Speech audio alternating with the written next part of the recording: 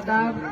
सबसे पहले तो मैं आपसे सभी से माजरत चाहती हूँ कि हमारा सुबह का कार्यक्रम था, पर चुनावी मौकों पर ऐसा अक्सर हो जाता है, प्रोग्राम उल्टे सीधे हुए, तो मैं माजरत चाहती हूँ बहुत आपसे और आपका शुक्रिया अदा करना चाहती हूँ कि रात के इस वक्त आप हमारे बात सुनने के लिए यहाँ पर इतनी बड़ी तादाद में इकट्ठा हुए। आज का जो ये दिन है और जो ये मौका है आपके हाथ में, ये बहुत अहम है।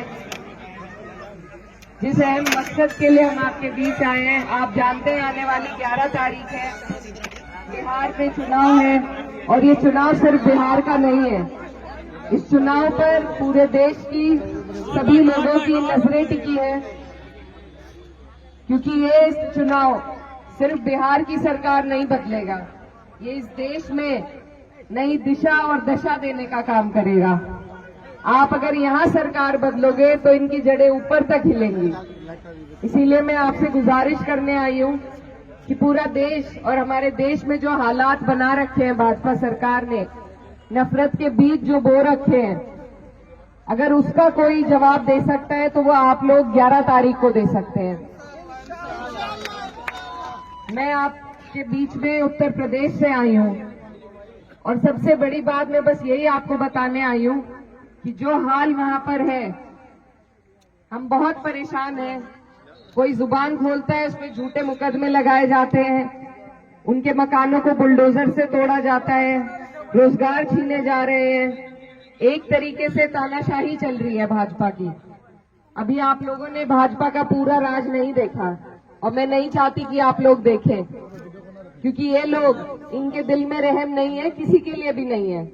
ये बड़े बड़े पूंजीपतियों को तो 1 रुपए में बहुत सी जमीन दे देते हैं, लेकिन जब गरीब की हिमायत की बात आती है, किसान की हिमायत की बात आती है, तब इनकी नीयत बिल्कुल साफ दिखाई देती है कि ये हमारे लिए हमदर्दी नहीं रखते हैं।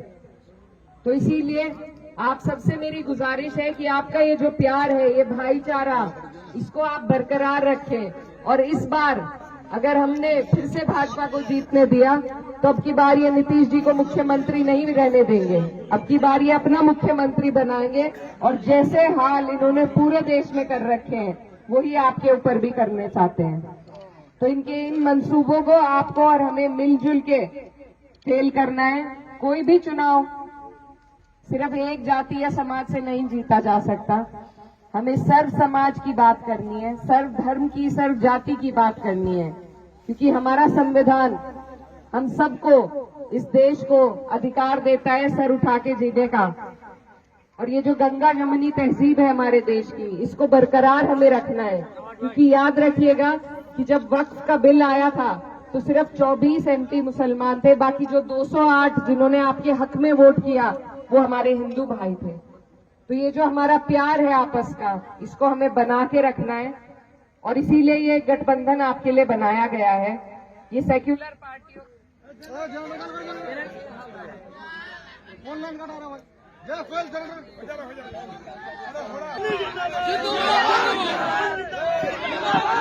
तो ये जो गठबंधन है, ये सभी सेक्युलर पार्टियों का गठबंधन है, जिसमें सबका सम्मान होगा, सबको साथ लेके हमें चलना है। दूसरी तरफ भाजपा का गठबंधन है। अगर दोनों में ही लड़ाई है, बाकी जो हमारे अपने बीच में लड़ रहे हैं वो सरकार नहीं बना पाएंगे। और हमें, हमारा मकसद एक ही होना चाहिए कि हमें सरकार बदलना है, क्योंकि अगर हालात बदलने हैं उसके लिए सरकार बदलनी जरूरी है। बिना सरकार के अगर आप एक आधा प्रत्याशी अलग अलग लोगों का जिताएंगे, उससे कोई फायदा नहीं होगा। अगर सही मायने में हमें अपने लोगों के लिए कुछ कर पाना है तो वो सरकार के ही हाथ से होता है, सरकार के माध्यम से। तो इसीलिए अगर हमारे जो और लोग लड़ रहे हैं, एक सवाल आप उनसे पूछिए, अगर वो सरकार बनाने के नजदीक पहुंचते हैं तो हम भी उनका साथ देंगे, लेकिन ऐसा हकीकत में नहीं है और सपनों में हमें रहना नहीं है। तो इसीलिए आप सबसे मेरी गुजारिश है कि बाकी लोगों, किसी की बातों में नहीं आना है, सिर्फ आपको एक मकसद पे ध्यान देना है कि हमें यहाँ की सरकार बदलनी है। हम लोग जो दूर दराज से आ रहे हैं, हम बहुत आस और उम्मीद लेकर आपके बीच आ रहे हैं कि आप लोग हम लोगों के अंदर उम्मीद जगाने का काम करेंगे। पूरा देश जो मायूस है, प्रताड़ित है, परेशान है भाजपा से, उनमें एक उम्मीद की लहर आप लोग जलाने का काम करेंगे। बताइए करेंगे या नहीं? तो आने वाली 11 तारीख है और अभी लाइट चली गई थी तो लालटेन का निशान रात के वक्त तो याद रहता ही है। हाजी सुभान साहब यहाँ से आपके प्रत्याशी हैं और बहुत मेहनती हैं, बहुत इन्होंने हमें आपके बीच में आज भ्रमण कराया। ऐसे लोगों को जो हमारे साथ हमदर्दी रखे, हमारे काम आ सके, ऐसों को जिताना हमारी सबकी जिम्मेदारी और फर्ज है। तो 11 तारीख है, मैं आपसे वोट के गुहार के साथ साथ मैं आपसे एक उम्मीद लेने आई हूँ कि आप लोग हमें रास्ता सही दिखाएंगे तो यूपी वाले भी अगले साल इंशाल्लाह भाजपा को उखाड़ फेंकने का काम करेंगे। बताइए हमें दिखाएंगे वो रास्ता या नहीं? तो हाजी जी से वादा कर ले हम कि जिता देंगे आप।